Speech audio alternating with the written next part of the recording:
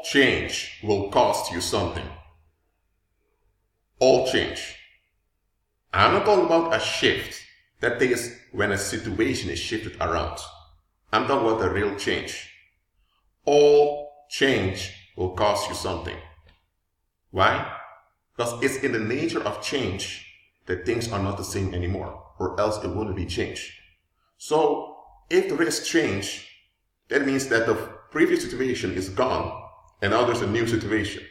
So all the benefits you had under the previous situation don't count under the new. You can have privileges and benefits in the new situation. That's possible, but they are in relationship to the new situation. If you had benefits in the old situation and also have benefits in the new situation, then you need to shift your mindset and seek for benefits in the new situation. What often happens is that people cling on to benefits of an old situation and they want to bring those old benefits with them to the new situation. Now, let me give an example. Let's say you have this area called New Granada, which is a Spanish kingdom, and suddenly independence is acknowledged by Spain. And people rejoice, Simon Bolivar is happy, Spain recognized our independence. We are Colombia now. In the old situation, you had noble families from Spanish origin who had noble titles. And because New Granada was a kingdom, they were able to use their noble titles as an asset in the kingdom. Now that the kingdom became a republic, and now that the Spanish courts were gone, they had to let go of their Spanish nobility, because the Spanish nobility is functional in the Spanish Empire. But they were not part of the Spanish Empire anymore. So now they had to reorganize their assets so that they would become stakeholders of the republic. What you see in history when it comes to Colombia is that those Spanish noble houses, they kept holding on to their nobility even though they were not part of the empire anymore. That's why they enforced a conservative polity. And this conservative polity brought financial ruin and societal harm to Colombian society. And that harm lasts till this day. This whole conflict, this whole civil war between the FARC and the Colombian establishment, in 2016 there was a peace treaty, but let's not become naive. There's still conflict. It's just not as intense in its expression as it used to be, but it's still conflict. But this whole instability of Colombia began with its independence.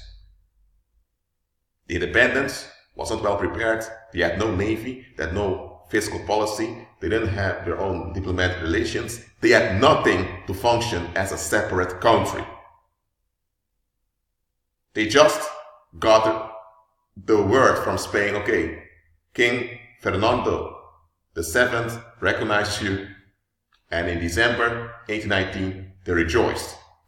We're independent, we are Colombia. Okay, Bolivar, we are Colombia. We need our own flag. Okay, but we still don't have our own currency. So we're still using Spanish currency. Oh, don't worry about it. We come with the Colombian piastra, which is based on Italian currency. Oh, that currency failed. We don't have a financial policy. Okay, so our economy is now falling apart. Many of you will be impoverished. Oh, and the cities in the south of Colombia, we don't know what to do with you. You used to be part of the circular economy of Spain in Asia at the Pacific coast, but that's gone now, so there's no income for you, but okay, we'll figure it out later. And when the people became angry, now the revolutionaries were fighting to liberate the Venezuela. And the Venezuelans were thinking, what? So Spain sent another governor to arrange a transition from Spanish rule to Colombian rule. And in 1823, when Venezuela was under Colombian rule, oh there, problems began. Because those revolutionaries wanted to have their cake and eat it too. They both wanted to retain their international prestige that they had as a Spanish kingdom in South America. They wanted to retain that as well as giving up their membership of the Spanish Empire. But their prestige position in the world back then was because of their membership of the Spanish Empire. They used the Spanish real, which was the world's currency at the time. Internationally, everyone counted their finances in Spanish real. So they thought that their prestige came all by themselves. But it wasn't. It was because they were part of the Spanish economy. So when they forfeited, they won't be part of the Spanish economy anymore. They have forfeited prestige. But they wanted to retain their leverage that they had on that prestigious era into the new era where they were impoverished.